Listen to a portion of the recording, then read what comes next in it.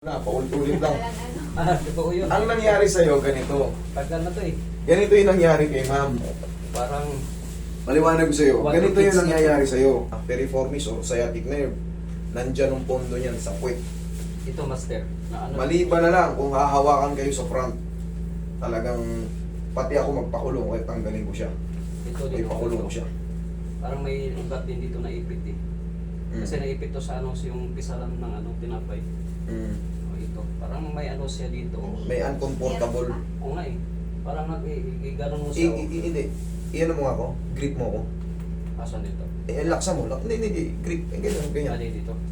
Grip mo ko. May nagre-react, may kumikirot. Wala eh. Pag pinipindot lang, Pag pinipindot lang siya, o yan o. masakit yan. Hindi na yan parehas o. Tingnan mo. Ah, okay. Dahil naipit ka nung ano nang dati, yung Matagal parang na eh. pangmasa ng ano, Tinapay ko po. matagal na panahon na. Tagal na eh. Mga 19... 19 years? Hindi. Sana na yung Mga puto mo. Mga Ano rin, dalagan na yun, Mga 19 1989 pa yata. Wala na. Kumbaga parang inborn eh, 1989. Eh, ilang taon pa lang ako nun. 3 taon pa lang ako. Hindi ko pa kilala yung ano nun. Oo, tingnan mo. Parang may ground siya dito. Pero sige, 1989 pa. Eh, subukan natin kung Ground siya dito. pag ginaganyan mo may Ito, ground. mawala to na. Sige Pero hindi pa rin talaga nawala. Ang laki mo na. Malaki ka na noon, 1989. Anong intaw ka ba ngayon? 52 na kung ngayon. 52. Sige, tingnan natin kung wala. Sana ha?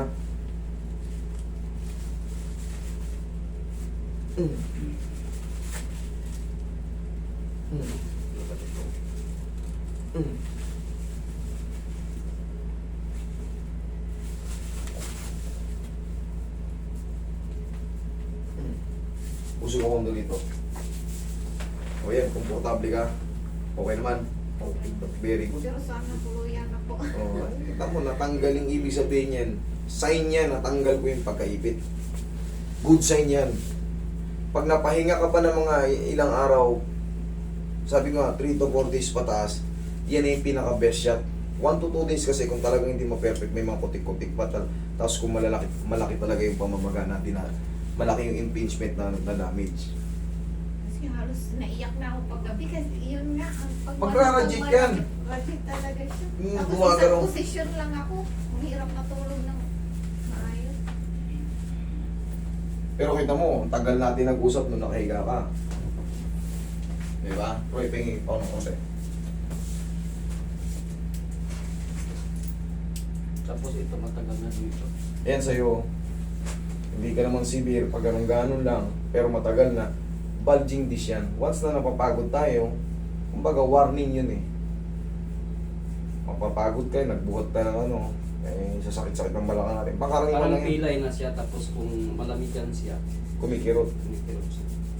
Yan nga, bulging disc ka lang. Dito din tapos pababa siya. Kahit dito. Dami kasi akong pilay. Dito, pag may ano siya, nilalamigan siya, bababa pa rin. Bumababa din yung ano. Sakit. Sorry. Yun. Ano? Tumunog. Marami kasing buto yan dito. Kaya kung mga paulit-ulit ako tinitingnan ko, maraming maliliit na buto yan. Ayan o, marami yan maliliit sa carpals. Kaya inuulit-ulit ko kung ano pa yung mapikicks. Kanina may tumunog na, di ba? Tumunog, opo. Kung may tumunog ulit. Higipindutin mo ngayon.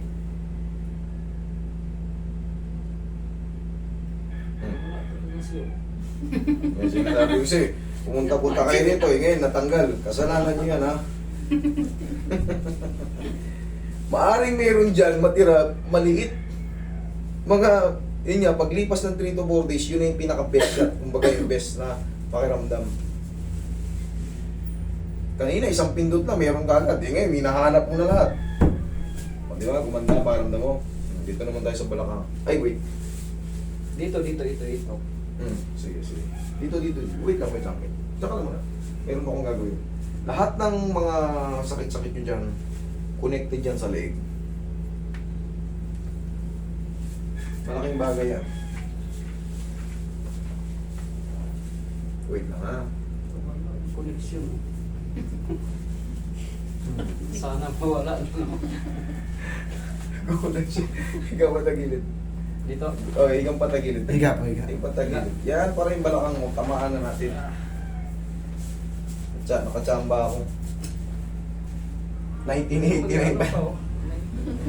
1989. Relax lang. Nanganak mo yun. Kabilang side. Ma'am, bumili ka pala ng ano ha? Yung binder. Meron Binder. naman po ako eh. Ayun. Pansamantala kasi alagaan mo muna yung ano mo. Para hindi ka muna kilos ng kilos. Okay? Kasi hindi biro yung ano mo. Pang-operation yan. Pang-operation yan sa'yo. Okay. Dapa. Nandyan pa rin yung pagkahilo ko hanggang ngayon eh. Pero hindi na siya, paano-ano na lang siya. Paano na lang. Pero ngayon, hilong-hilo ka. Yung dati pag may pink talaga siya. Nahihilo Talagang ka. hilong-hilo talaga. Sabi ko, eto yan oh. Direct to the brain yan. Nandito sa L5. Kaya- Oh. Connected yan sa utak. Kaya nga yung protrusion, hindi yan biro. Kaya nga, ingatan mo muna yan. Kasi once na umabot ka na ng ganyan, ang tagal mo umabot ng ganyan, maaaring sumumpong ha. Hindi yan ano. Tsaka yung pain nga, na kutik-kutik, yung parang kirot-kirot. Magkaiba yung kirot sa numbness ha, yung mamamanid. Yung mamamanid, yung parang may ground. Kasi ibig sabihin yung dugo ang naiipit doon. Pero pag yung mga kirot-kirot lang, yung bunga lang ng sugat ng annulus mo yun. Oo nga, parang ginanormal na kaya ano. Doon na ako nag-worry na parang iba na talaga siya. Yung parang titihaya ka lang, yung ground hanggang paa, sakit. Nagsasabay yung kirot at ground na ano, hindi mo nga maintindihan kung saan siya. Kasi mas Yung iba na umuubo lang eh. Iyan, oo, tama yan. May pink. Parang may ano. Umuubo na yan. Oo, pag umubo ka, humatching ka, Mm-mm. parang may kumidlat sa balakang mo. Yan na kayong naman. Nararamdaman mo yun? O ngayon, subukan mo umubo. Gumano ka. Pero may ano, konti na lang siya. Okay, kunti. Yun na yung kirot sa may ano. Pinaliwanag ko na yan bago pa tayo magsimula kasi kabisado ko na yung kalalabasan niya.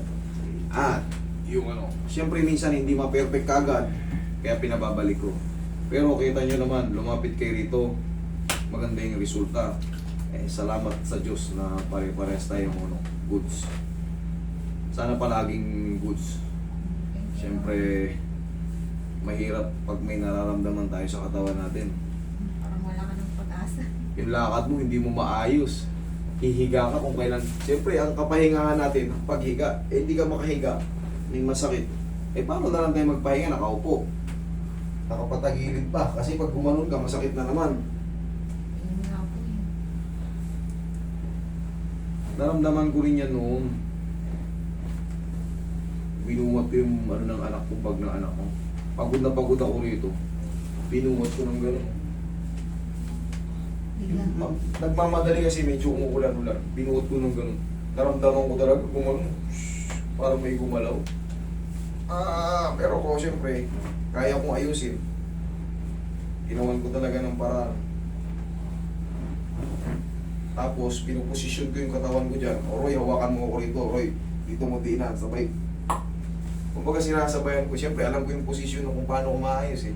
Siyempre, may-estimate ko na yung, ayun, kumbaga, nabivisualize ko yung ano yung cell na kung tinatamaan eh. Kaya kahit pa paano, maghapon ako nagaganito.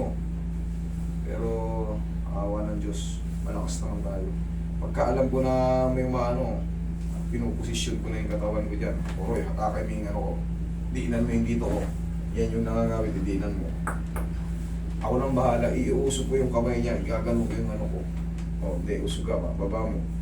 Ganun lang, pagka may knowledge ka about sa nararamdaman mo. Doon ko na na-value na importante ka yung buto-buto na yun. Yaya ka. Hindi, para sa akin ha, ma'am. Sa dibdib yung kamay siya. Yan. Kung talagang gusto mo lang magpapawis, walking. Hindi mo na kailangan magbuhat ng mga weights, magsisisipa naman kung ano-ano. Okay, inhale. Exhale. Sarap mo. Diyan ka na muna, huwag kang tatayo ha. Oh, hindi ka makapaniwala? Nag-gym ka rin eh. 1989. Sinabi ko, tsambahan ko lang, natsambahan natin. Hindi maganda.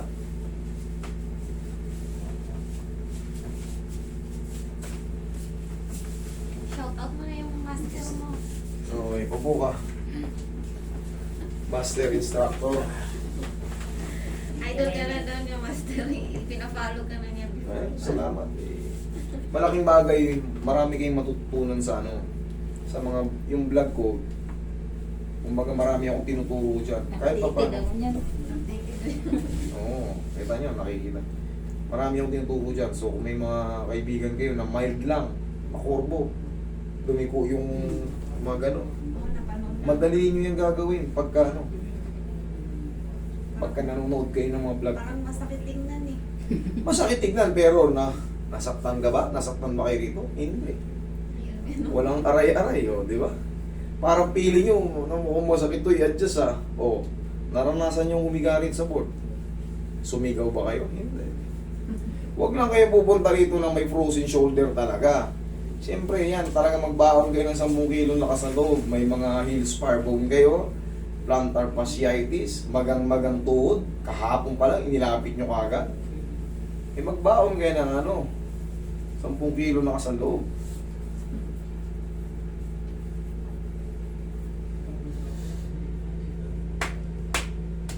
Okay, sir?